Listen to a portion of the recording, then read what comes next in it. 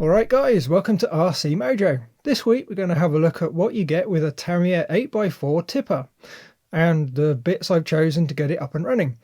The kit is rather weighty, so weighty I've cheated here and we're only actually looking at the top of the box. It makes it a lot easier to move around. On the top is a large photo of the truck. I still miss the old paintings, but you can't have it all. On the side there's info on some of the accessories, the main one being the nearly £300 actuator set for the load. From experience I know it's a super high quality kit and comes with some electronics, but that still seems like a lot of money. The plan is to try and come up with a cheaper alternative, but we'll have to see how that goes.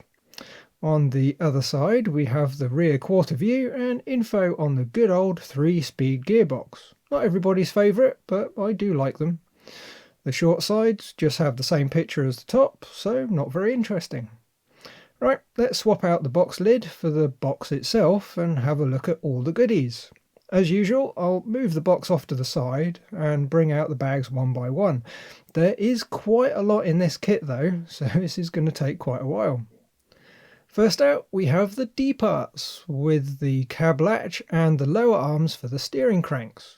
The short one is used on the second axle to give a slightly reduced steering angle. Next is the S parts with the windows and the visor. L parts with the seats and the dashboard, all proper static model kit level quality as you'd expect from Tamiya. It's a shame they're always left-hand drive though. GG parts, which makes up the light bar for the roof, all really nicely chromed. Again, just what you'd expect from a Tamiya kit. This is the P parts, which has the standard base plate for the Arocs cab. And of course we have the Arocs cab itself. Super detailed, just like all the other Tamiya bodies. It's going to be a lot of fun to paint. The chrome wheels, which are the same ones you get on all the other trucks. Well, there's a couple of types of front wheels, these are the narrow ones. It would be nice if Tamiya did have a bit of variety though. AA parts has the clear lenses for the headlights and the other bits and bobs. BB has the red lenses for the tail lights, and DD has the slightly tinted clear lenses for the spots and the running lights. This one's fun, JJ parts, which has the tools that get mounted to the tipper, as well as a set of cones. Slightly odd, but pretty neat nonetheless.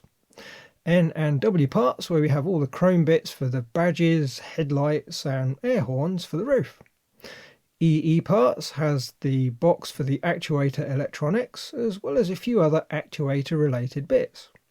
The standard A and B parts that make up the rear axles and gearbox cases, the same set of bits you get with all the trucks with 2 drive axles. This is the C parts, which has a housing for one of the cranks, the front cross member and the rod ends for the dampers. We have 2 E parts with the knuckles for the front axles, bits for the rear bump stops and some spacers. Here's the tyres, where we've got 8 of the off-road pattern rears and 4 narrow fronts. As usual they're a pretty hard rubber, but they'll work.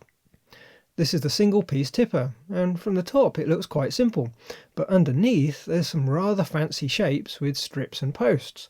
I dread to think how much the mould must have cost to produce, and it's a hefty piece of plastic too. Next we have another box, which contains the metal parts bags, A to H, as well as some other bits. We have the 2 rails with the prop shaft, long steering rod and a shift rod taped to it. They're easy to miss if you're not paying attention, so we need to remember they're there so we're not hunting through the box. Here's the typical tools bag with the grease, thread locks, zip ties and all that good stuff. There's also a few small parts in there too, so again we'll have to remember where they are so we don't spend ages looking for them. This one has a battery and servo extension lead, as well as the jumper to disable the coupler on an MFC. Useful if you're going the pure Tamiya route, not so much if you're going third party. This bag has another C parts. This time it's the cross member that goes above the rear axle. And we also have Q parts, the bits for the steering servo saver. The kit comes with a rather nice 35 turn 540 motor, but we're not going to be using it as we're going brushless, just like we did with the Scania 770S. A set of upper chassis rails that mount on the top of the standard chassis to mount the tipper. J parts, the clutches and bearing carriers for the gearbox. This bit is a really heavy bit of metal for the rear door, no doubt partly for strength and partly to add some mass so it smoothly opens and firmly closes when the tipper tips. Then we have the metal parts bags, which as usual are divided up into sections to match the manual. A being the frame, B the front axles, and so on. It's always nice when you don't have to go through dozens of bags just to find that one screw that you need. And now we have another box of stuff, this time quite a big box. So big, I think it's bigger than a lot of complete kit boxes. Inside we find mostly body parts for the cab and tipper. First out we have H parts, which has the front bumper and inner arches. FF parts with the chunky rear door and a couple of cover strips. K parts has the mirror covers, steps and outer arches for the cab. This is the M parts that has the grille pieces and the cab roof. X parts has the rear arches, rear crossmember and the shift servo mount. The arches are fairly similar to those on the Grand Hauler, but not quite the same. Q parts has the fuel tank and bits for the rear lights, and some rather fine cage covers. They're really thin bits of plastic. This is the Z parts with the rear bumper. It's a shame it's plastic and not metal, but I'm sure it'll do. CC parts has the arches for the second axle, as well as a side rail and some of what look like LED clips. R parts has the wipers, mirror housings, bumper mounts and the rear LED holders.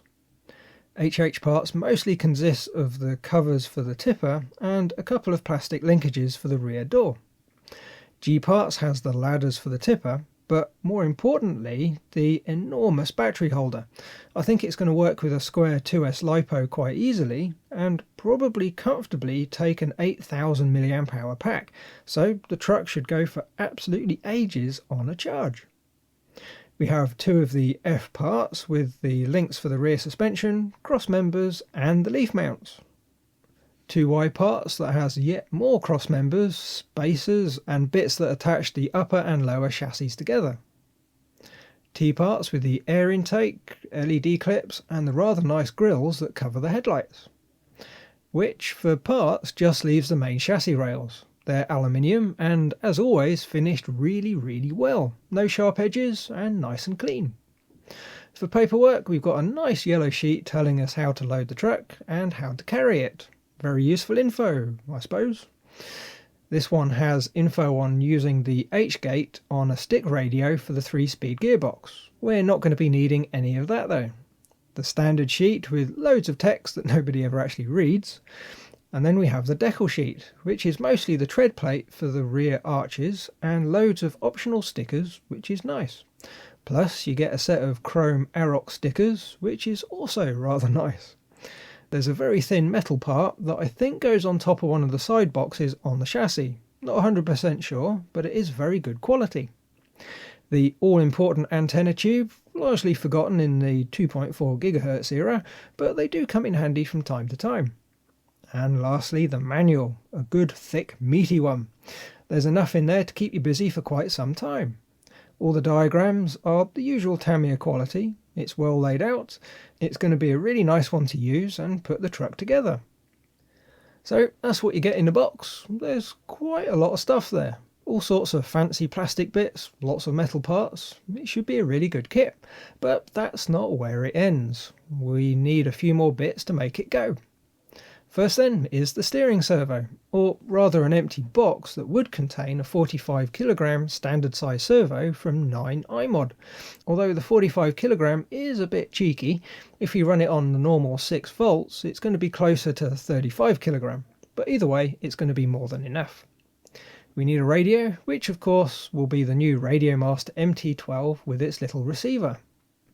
A battery, and we're going to be using a 2S LiPo. But if you're going full Tamiya, you will want to use a 6-cell NiMi, as the good old MFC isn't really a fan of the higher LiPo voltage. And not 100% needed, but very highly recommended is a bearing set to replace the kit bushings.